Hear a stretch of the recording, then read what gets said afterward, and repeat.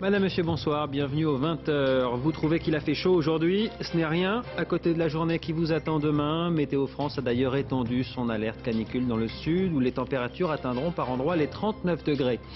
Les multidétenteurs de livret A ont 6 mois pour se mettre en règle. Les services fiscaux ont décidé de taper du poing sur la table. Il faut dire, et vous le verrez, que la règle d'un livret unique par personne n'est pas toujours respectée. En Afghanistan, les talibans ont à nouveau frappé en plein cœur de Kaboul. Au moins 7 civils ainsi que des soldats de l'OTAN ont été tués. Nous ferons le point sur les enjeux de l'élection présidentielle qui se tiendra dans 2 jours. Des pyjamas en papier, des matelas anti-feu pour les détenus. La ministre de la Justice, Michèle Alliot-Marie, a annoncé aujourd'hui une série de mesures destinées à lutter contre le suicide en prison.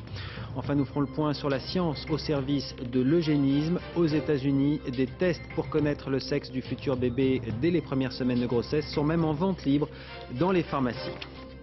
Mais d'abord, on va partir tout de suite à Berlin avec la première médaille française pour les championnats du monde d'athlétisme. C'était il y a quelques secondes à peine. Boabdella Tari a décroché la 3e place sur le 3000 mètres steeple. 3e place derrière 2 Kenyans, les rois de la discipline. Nous reviendrons sur cette course magnifique, enfin, de ce journal avec tout ce qu'il ne fallait pas rater sur ces championnats olympiques. Voilà, Boabdella Tari, 3e du 3000 mètres steeple. En attendant, on va parler de ce qui vous a probablement pesé aujourd'hui si vous habitez la moitié sud de la France. On va parler de la chaleur. Alors en plein mois d'août, vous me direz, ce n'est pas très étonnant. Eh bien si, c'est un phénomène météo de canicule qui s'est abattu sur une partie du pays. Météo France a d'ailleurs décidé ce soir d'étendre son alerte orange à 7 départements. L'Ardèche, la Drôme, le Rhône, le Vaucluse, le Tarn-et-Garonne, le Tarn et la Haute-Garonne sont concernés. Demain, les températures pourront monter dans ces régions jusqu'à 39 degrés. Alors quand on parle de canicule, tout le monde pense bien sûr à l'été 2003, un été meurtrier. Les leçons du passé ont apparemment été tirées. Pour l'heure, il n'y a pas de tension dans les hôpitaux des départements concernés, c'est ce qu'indique le ministère de la Santé. En revanche, il y a des recommandations fortes, et en particulier pour ceux qui ne sont pas en vacances et qui travaillent par forte chaleur. Reportage Christophe Pétraud, Benoît Jourdain. 39,5 degrés, record battu pour un 18 août dans le Vaucluse. Steve a beau lutter contre la chaleur. Ça rafraîchit combien de temps? Pas longtemps, 5 minutes, pas plus. Après on revient se mouiller. Démonter une grande roue pour ces forçats, cela ne peut pas se faire à l'ombre, et même en cherchant bien dans le ciel. Si on avait un petit nuage seulement qui passe, ça serait agréable. Un seul petit nuage pour l'après-midi. Près d'Avignon, une 60aine d'ouvriers sur le chantier d'une station d'épuration. Forêt ou couler du ciment, des gestes physiques, attention au malaise, aux coups de chaleur. On s'arrête de temps en temps comme ça pour boire et tout ça. Bien le sang soleil quand même. Lors de canicules, selon une directive interministérielle, les patrons doivent réduire les cadences, reporter les travaux pénibles. Pas simple dans le bâtiment, alors on adapte les horaires. 6h du matin, 11h, 11h30, une pause, une demi-heure, 3 quarts d'heure et reprennent jusqu'à 14h30, 15h suivant les cas. Pas de lourde charge à porter, mais des milliers d'allers-retours. Et même sous les platanes. On transpire, hein. C'est sûr qu'il ne faut pas être comme ça, vaut mieux être comme ça pour ce travail. 3 ventilateurs en cuisine, presque impuissants dans cette fournaise. Ils brassent de l'air chaud. Bizarrement, c'est plus les moteurs de frigo qui vont dégager la chaleur que la grillade ou la plaque de four. La palme de la résistance revient à ces ouvriers des travaux publics. À la température ambiante, ils ajoutent leurs petites flammes. Et alors la canicule, c'est un phénomène météo qui a sa définition. On en parle lorsque la température ne descend pas ou très peu pendant la nuit. Ce sera le cas ce soir dans une grande partie du sud de la France. Antoine Gaveau, Yvan Macot, Philippe Évêque. Très chaud le jour et surtout chaud la nuit. C'est le premier critère d'une canicule, des températures qui restent élevées de minuit au lever du soleil. Un exemple avec Lyon, l'année dernière, 25 degrés à 16h, puis une baisse pendant la nuit, 15 degrés à 8h du matin, une journée du 16 août normale. Cette année, on part de plus haut, 35 degrés, on reste toujours au-dessus de 21 degrés, une situation caniculaire. Deuxième chose, pour parler de canicule, ce phénomène doit durer au moins 3 jours. Les villes sont toujours plus exposées, la chaleur de la journée reste pendant la nuit, prisonnière du bitume et des habitations. À la campagne, la chaleur a plus de place, elle s'évacue progressivement jusqu'au lever du jour. Enfin, une canicule peut durer longtemps. Celle de 2003, exceptionnelle, s'était étalée du 1er au 15 août. Et pour ceux qui sont en vacances maintenant, comment ont-ils vécu cette journée de grosse chaleur? Ce n'était pas, vous allez le voir, désagréable pour tout le monde. Reportage dans le Gard où le thermomètre a dépassé par endroits les 40 degrés. Nicolas de la Barrère, Sylvain Debat. Des canicules, le pont du Gard en a connu plus d'une. Les vacanciers n'ont qu'à l'imiter, les pieds bien au frais, le soleil peut cogner. Eh ben, l'extérieur très chaud et dans l'eau on est très bien. Il y a que là que c'est à peu près supportable, je crois. Ouais, on est en vacances, ça y est, la foule elle est prête. C'est plutôt agréable. Voilà, c'est agréable. Très bien. Température, l'eau est propre, tout impeccable. Et pour occuper ces touristes vraiment désœuvrés, petit test à la volée. À votre avis, quelle température fait-il? J'ai l'impression que j'ai le sang qui bout. 40 degrés. De quoi? Dehors, oui, 40 degrés. Les records de chaleur, une habitude dans cette région. L'été, la campagne se transforme en fournaise. À Uzès, petite ville chaleureuse, on a dépassé les 40 degrés cet après-midi. Ici, la recette, c'est la terrasse du café. J'ai acheté ici parce que je savais que c'était la région la plus chaude de France.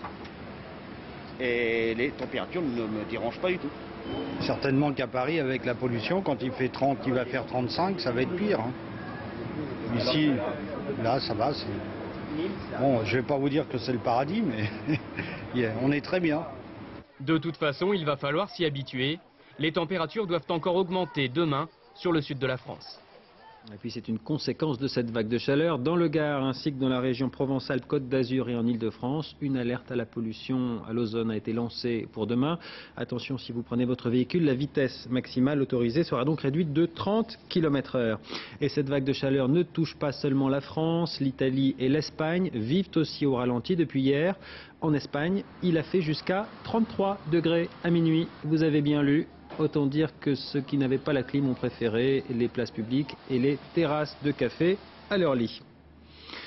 Un livret A, c'est bien. 2 livrets A, c'est interdit. Cette règle, visiblement, n'est pas toujours suivie, et surtout depuis le 1er janvier, où la Banque Postale et les caisses d'épargne ont perdu leur monopole sur ce produit. Aussi, les services fiscaux ont décidé d'accélérer la chasse aux doublons. En cause, les clients, bien sûr, mais peut-être aussi certaines banques pas très regardantes lors de l'ouverture des comptes. C'est ce que nous avons pu vérifier cet après-midi en caméra cachée. Enquête signée Julien Pelletier et Marie Cazot.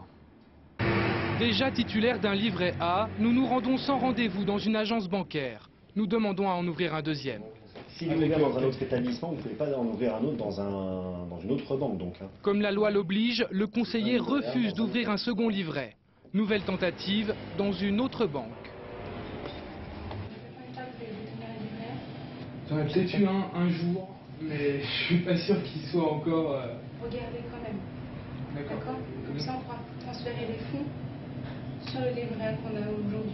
La conseillère nous demande de clôturer l'ancien et sans attendre, elle propose un nouveau livret. En signant le contrat, nous prenons tout de même un engagement.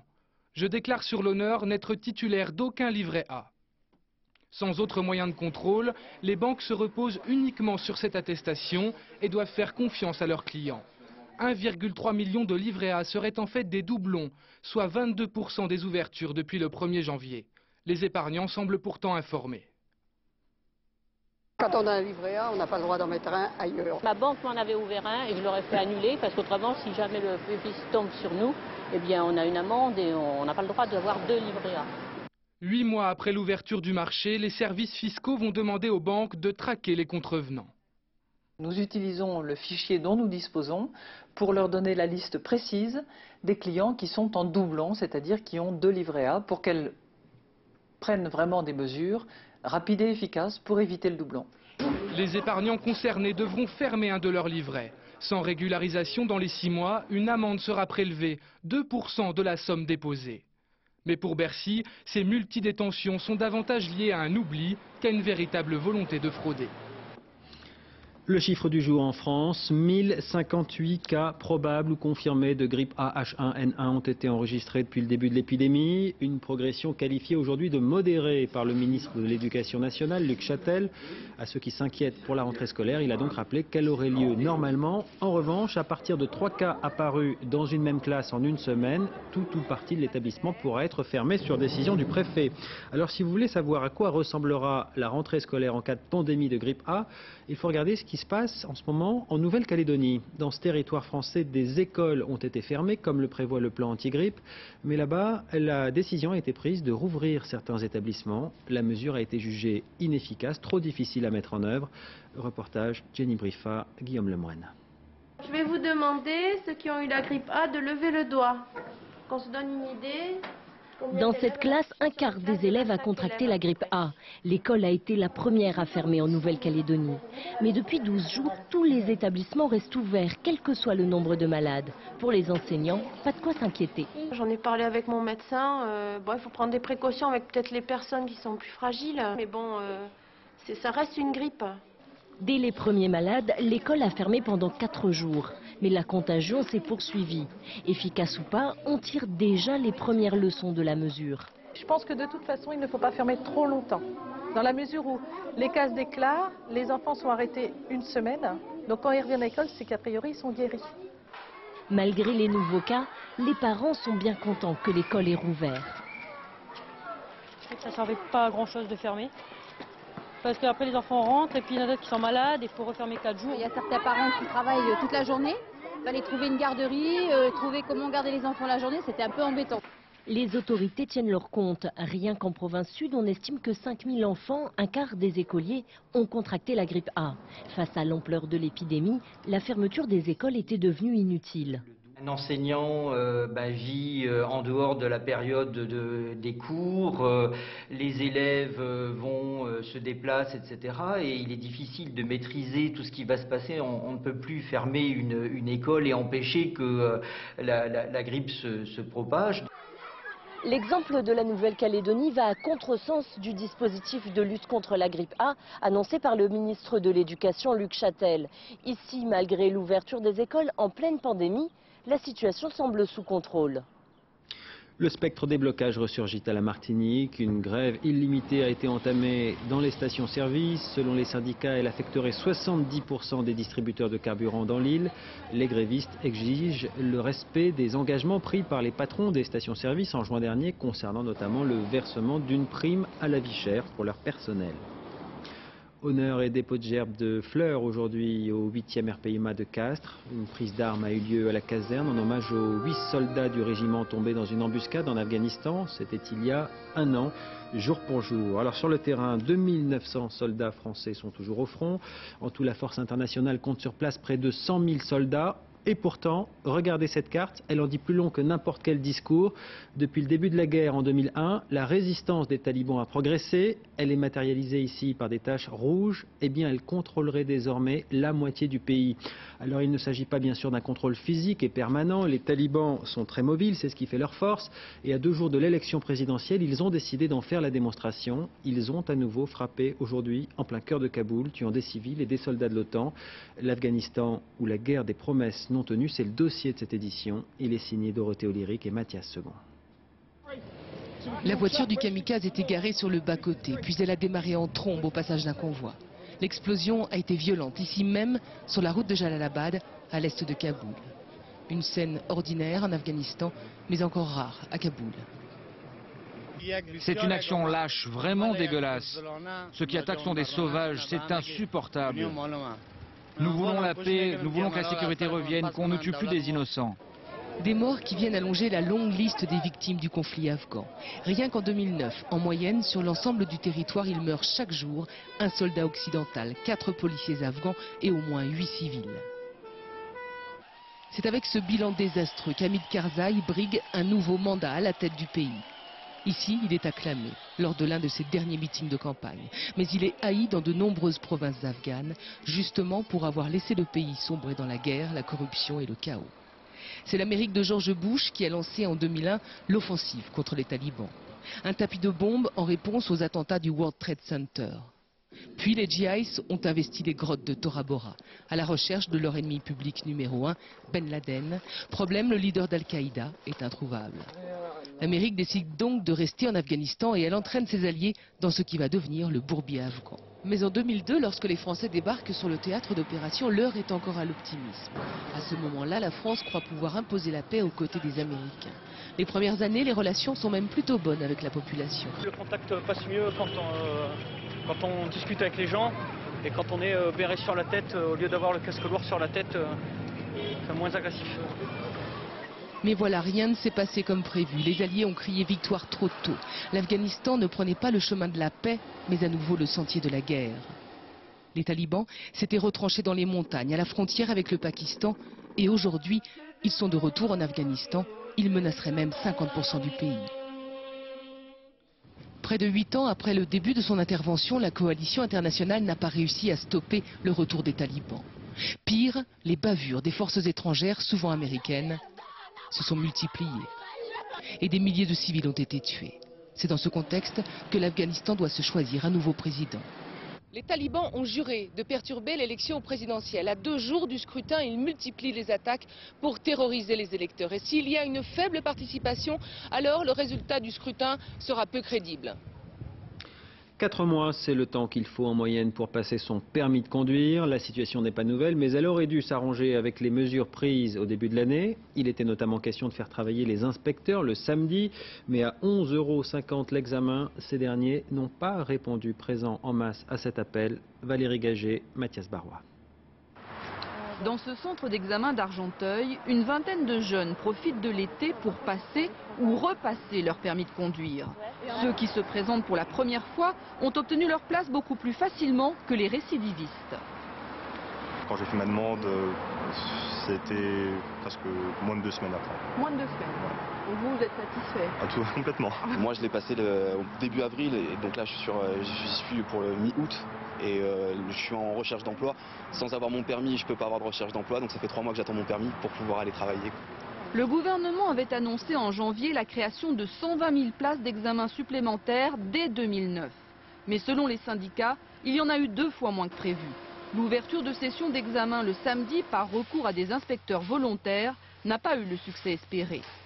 Nous, c'est vrai qu'au départ, quand on nous a parlé de ça, on était nombreux à vouloir en faire. Mais une fois qu'on a appris que c'était des vacations et non pas des heures supplémentaires, que rien n'était défiscalisé, on était un petit peu moins chaud, ce qui est logique. Certains départements n'ont aucune carence, mais d'autres, comme le Haut-Rhin ou la Seine-Saint-Denis, des délais d'attente de 4 à 6 mois. En région parisienne, des dirigeants d'auto-école tirent même la sonnette d'alarme. Nous servons de fusible. Beaucoup d'agressions verbales, beaucoup d'auto-écoles qui ont été menacées, les auto-écoles caillassées, etc. Le gouvernement annonce l'arrivée de 58 nouveaux inspecteurs en décembre prochain et en appelle à la patience. Une société se juge à l'état de ses prisons. La phrase est d'Albert Camus et elle reste, semble-t-il, d'actualité avec ce chiffre révélé tout à l'heure par le ministère de la Justice. 81 détenus se sont officiellement suicidés depuis le début de l'année dans les prisons françaises. Un chiffre accablant qui marque une tendance en très nette hausse par rapport à l'an dernier. Vincent Fischmann, Emmanuel Beck. La découverte a été faite par un surveillant hier. Un détenu de 37 ans, pendu dans sa cellule à la prison des Baumettes. Le 3e en moins de 9 mois. Dans les autres prisons, la même contagion. Après une baisse de 2005 à 2006, depuis 3 ans, les chiffres augmentent. 93 suicides en 2006, 96 en 2007 et 115 l'année passée. Les prisons vétustes et surpeuplées sont les plus touchées, mais elles ne sont pas les seules. À Corbas, tout près de Lyon, la prison vient d'être inaugurée. Elle est ultra-moderne et pourtant le 1er août dernier, un détenu est retrouvé pendu. Tout a été conçu pour qu'il n'y ait absolument pas de contact. On a l'impression qu'il n'y a pas de contact entre le personnel pénitentiaire et les détenus qui sont à l'intérieur. En visite aujourd'hui à la prison d'Orléans, la garde des Sceaux a annoncé une batterie de mesures avec un objectif, tenter d'inverser la tendance. Chaque suicide est toujours un suicide de trop. D'autre part, il y a un certain nombre de cycles où on voit remonter ces chiffres et donc il faut agir. Mise en place de vêtements déchirables pour éviter que les détenus se pendent avec. Formation des surveillants, plus d'écoute, en tout plus de 20 mesures. Mais pour plusieurs associations, ces solutions ne sont pas les bonnes. On va jusqu'à imaginer des cellules sécurisées où le type est à poil avec une caméra dans une cellule capitonnée. Mais on aura peut-être 0 suicide, mais on est au degré 0 de l'humanité, du respect de la dignité des personnes. Et on ne s'attaque toujours pas aux causes. La France est le pays d'Europe où l'on se suicide le plus en prison. Il est 20h18, à suivre le témoignage de victimes de frelons asiatiques en Gironde. Ils attaquent en bande et sont particulièrement agressifs. Nous nous rendrons aussi aux États-Unis où l'on peut acheter en pharmacie un test urinaire pour connaître le sexe de son futur bébé dès les premières semaines de grossesse. Et puis nous parlerons de la surprise de l'été au cinéma. En 5 jours, 330 000 spectateurs sont déjà allés voir Neuilly-sa-Mère, où l'histoire d'un jeune de cité qui s'installe chez les bourgeois. Eux non plus n'habitent pas à Neuilly. 5000 enfants et adolescents de la région parisienne qui n'avaient pas eu la chance jusque-là de partir en vacances se sont offerts une belle journée en Normandie grâce au Secours populaire. Pour eux, le film aujourd'hui s'appelait Cabourg-la-Mer. Diane Benzina, Géraldine Chen. Débarquement inattendu sur une plage de Normandie, celle de Cabourg. 5000 enfants venus en bus de région parisienne vont poser leurs serviettes le temps d'une journée. Température de l'eau 18 degrés, mais à vue de pied. Chacun sa méthode pour occuper les lieux. Il y a les prévoyants qui reprennent des forces, les curieux qui explorent le terrain. Après, je les lave avec l'eau, comme ça. Je les reprends et je les amène à ma mère. Et les courageux qui se jettent à l'eau. On peut regarder dans l'eau parce que c'est des lunettes. Depuis 1979, le Secours populaire offre une journée de vacances aux enfants de familles en difficulté, comme les parents d'Aïcha et Amani. On est pas parti en vacances cette année. L'année prochaine, problème d'économie et tout. Ouais. Certains d'entre eux n'ont même jamais vu la mer. C'est la première fois que j'y vais par contre. Parce que j'ai toujours rêvé d'aller à la mer, mais là, mon vœu il a exaucé quoi. On va acheter. Il y a le paysage qu'ils découvrent, ils n'imaginaient pas la mer comme ça quoi. La plupart, même s'ils ont vu un lac, ils pensaient que c'était la mer pendant le trajet. Cette année, avec la crise, le Secours populaire a reçu 20% de demandes supplémentaires pour s'inscrire à la journée. Cet été encore, un enfant sur 3 ne part pas en vacances. Et vous allez revenir? Oui! Ils attaquent en bande, les animaux comme les hommes, ils sont particulièrement offensifs. Les frelons asiatiques ont encore frappé en ce mois d'août en Gironde. Et malgré la description des nids, les agressions se multiplient. Florence Bouquilla, Francis Mazoyer, Bernard Bonarme. Voici un nid de frelons asiatiques, filmé ce matin tout près du village de Lot-et-Garonne, où des promeneurs ont été attaqués par ces insectes. C'est bon, c'est des choses qui arrivent. Vendredi dernier, Michel Lacaze marche sur cette route, poussant devant elle un landau avec son petit-fils Thibaut, 7 mois. Brusquement, une nuée de frelons s'abat sur elle. Réflexe, elle s'éloigne du landau en courant pour éloigner les insectes du bébé. Ah, j'étais toute noire. Là, de toute façon, lorsque je me regardais les bras, j'étais piquée de partout. Donc pour moi, c'était fini. Donc je me retournais pour regarder le berceau. Et lorsque j'ai vu que le berceau, il n'y avait rien, je me suis dit, bon, le berceau, il n'y a rien et le bébé est sauvé. Bon, moi, je vais mourir. Pour moi, c'était ça. Je vais mourir, mais au moins, le bébé est sauvé. Voilà quoi, parce que je me voyais gonfler de partout, piquée de partout. L'enfant n'a rien, heureusement. Michel Lacaze, elle, est brièvement hospitalisée, comme 5 autres personnes également agressées. Toutes ont eu la malchance de passer juste à côté d'un nid de frelons sans le voir. Le Vespa velutina, ou frelon asiatique, est arrivé dans le Lot-et-Garonne en 2004 en provenance de Chine. Depuis, il se répand dans tout le sud-ouest de la France. Il n'est pas dangereux, sauf si on l'approche à moins de 5 mètres. Évidemment, s'approcher d'un nid de frelons asiatiques, c'est à coup sûr dangereux, mais comme les nids sont quand même souvent haut perchés, les gens n'ont relativement pas de risque. Enfin, évidemment, on monte sur une échelle et on tombe sur un nid de frelons asiatiques, là, il y a un risque. Les abeilles, elles, ont toutes les raisons de le craindre. Elles sont le repas préféré du frelon. Les apiculteurs du sud-ouest sont d'autant plus inquiets que rien ne stoppe sa progression. Imaginez un pays où certains laboratoires vous proposeraient de choisir jusqu'à la couleur des yeux de votre futur enfant. Un pays où l'on pourrait acheter en pharmacie un test pour connaître le sexe du bébé dès les premières semaines de grossesse. Eh bien, ce pays s'appelle les États-Unis et les pratiques qui se développent là-bas inquiètent de plus en plus les scientifiques. Correspondance, Loïc Delamornay, Bruno Giraudon. Orange, c'est une fille. Vert, c'est un garçon. En 10 minutes, ce test urinaire permet de détecter quel est le sexe de votre bébé après 10 semaines de grossesse, c'est-à-dire avant la limite légale d'avortement. Vendu 25 $ dans les pharmacies américaines, ce test est interdit en France où seule l'échographie vers 22 semaines permet de connaître le sexe du bébé. Pour les lois françaises de bioéthique, pas question d'être tenté de sélectionner une fille ou un garçon. Mais les États-Unis s'apprêtent à franchir un nouveau pas. Ce laboratoire californien propose désormais de concevoir un bébé sur mesure. Grâce à un diagnostic préimplantatoire et une fécondation in vitro, vous pouvez demander fille ou garçon et même choisir la couleur de ses yeux. Je pense qu'il ne faut pas se voiler la face et prétendre que ces avancées techniques n'arriveront pas. D'ici à l'an prochain, nous pourrons garantir le sexe du bébé à 100% et la couleur des yeux à 80%. La loi américaine autorise sans problème ces techniques très coûteuses. Le procédé de choix du sexe est déjà au point. Kirsten et Matt Landon ont obtenu ce qu'ils avaient demandé, une fille. Si en plus on avait pu choisir ses traits physiques, je ne sais pas, on se serait posé la question, mais je ne suis pas sûr qu'on l'aurait fait. Beaucoup de scientifiques mettent en doute ce procédé, techniquement, mais surtout moralement. Les diagnostics préimplantatoires existent en France, mais ils sont strictement réservés à des parents qui risquent de transmettre une maladie grave à leurs enfants. Et en aucun cas, les lois françaises de bioéthique n'autoriseraient le choix d'un bébé sur mesure. Loin des rêves d'eugénisme, on va maintenant partir dans une contrée du monde où la science et la technique n'ont pas envahi le quotidien, c'est le moins que l'on puisse dire. C'est une rencontre insolite que nous vous proposons, une rencontre avec le dernier facteur de Mongolie intérieure. Sa tournée, c'est à dos de cheval qu'il l'a fait. Paysage sublime garanti. Le reportage est signé Pascal Golomer et Bruno Carrette. Sa tournée débute dès 5 h du matin. Et cela fait 20 ans que ça dure. Ici, il n'y a ni route, ni piste.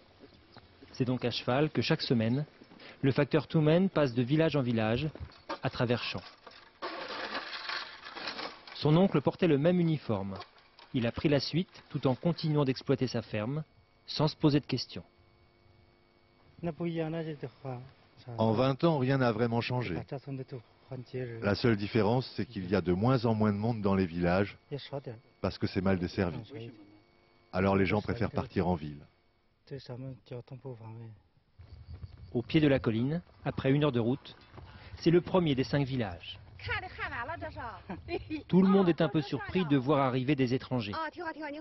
Le facteur et son cheval, eux, sont bien connus. Moi, je n'ai pas envoyé de lettres récemment. Mais le seul message que je voudrais faire passer, c'est qu'ici, c'est la sécheresse. Les puits sont à sec, les bêtes vont mourir, on n'arrive plus à manger à notre faim. Alors mon souhait le plus fort, c'est vraiment qu'à la ville, ils sachent ce qui se passe ici. L'eau de la rivière ne coule plus depuis 5 ans déjà. L'avenir des cultures ne dépend plus que de la pluie. Le chef du village est justement parti à la ville en parler avec les autorités. C'est sa femme qui réceptionne le courrier pour tous les habitants. Une facture, un colis, un mandat, ça dépend des jours. En tout cas, difficile d'imaginer le village sans son facteur, l'un des rares liens avec le monde extérieur. Si on devait aller chercher notre courrier nous-mêmes, il nous faudrait une journée entière. Toumen de Liken n'en a pas encore fini. Sa tournée dure près de 7 heures. Pour sa dernière étape, le voilà porteur de bonnes nouvelles. Ce n'est pas si fréquent. Une admission à l'université pour la rentrée prochaine, dans la province voisine, à 800 km de là. C'est maintenant que je réalise que je suis reçu. Le facteur Toumen peut rentrer chez lui, satisfait du devoir accompli, et il continuera tant qu'il restera un village, isolé entre 2 collines.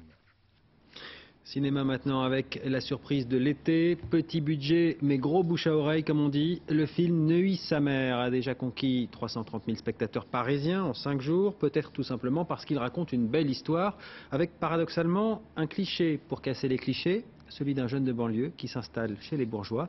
Christophe Hérault, Philippe Jasselin. La surprise de l'été au cinéma, c'est le succès des aventures du petit Samir. Résumé du scénario. C'est un jeune homme de la banlieue qui va vivre à Neuilly et c'est vraiment pas son truc.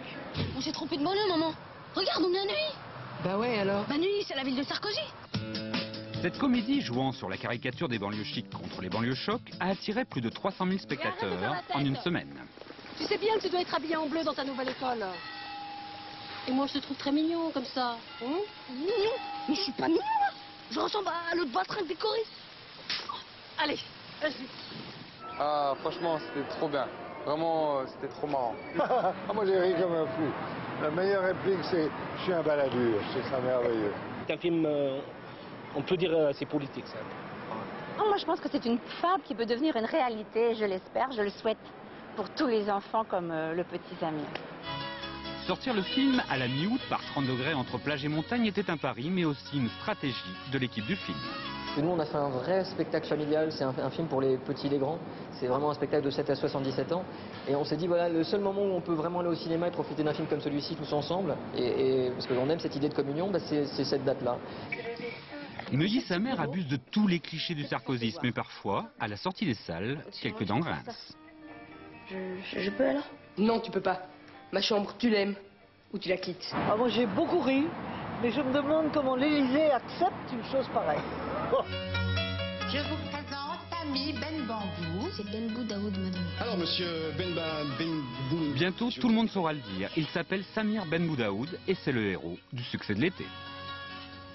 Ce qu'il ne fallait pas manquer maintenant au championnat du monde d'athlétisme aujourd'hui, tout d'abord et sans surprise, la fusée Usain Bolt s'est qualifié pour les demi-finales du 200 mètres. Il s'est imposé en 20 secondes et 41 centièmes avec dans son sillage 2 Français.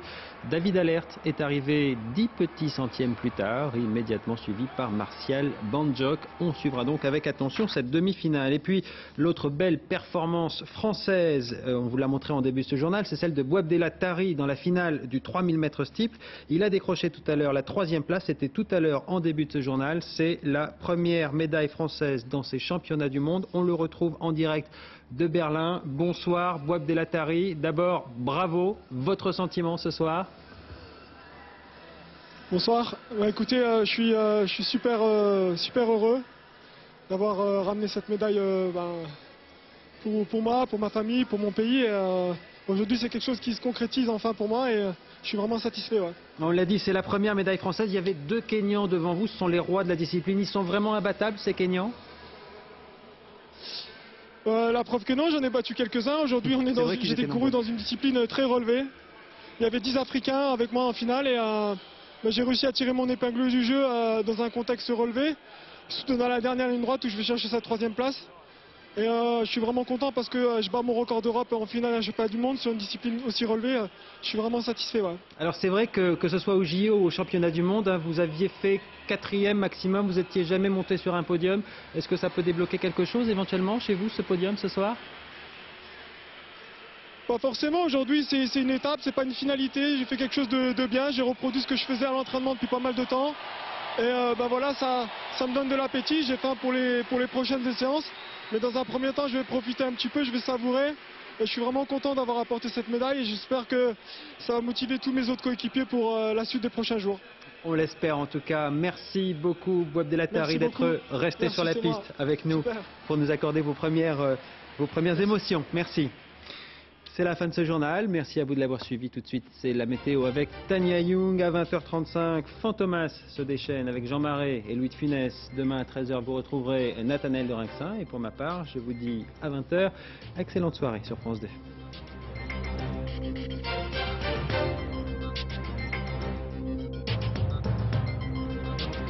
L'info en continu, c'est aussi sur France2.fr.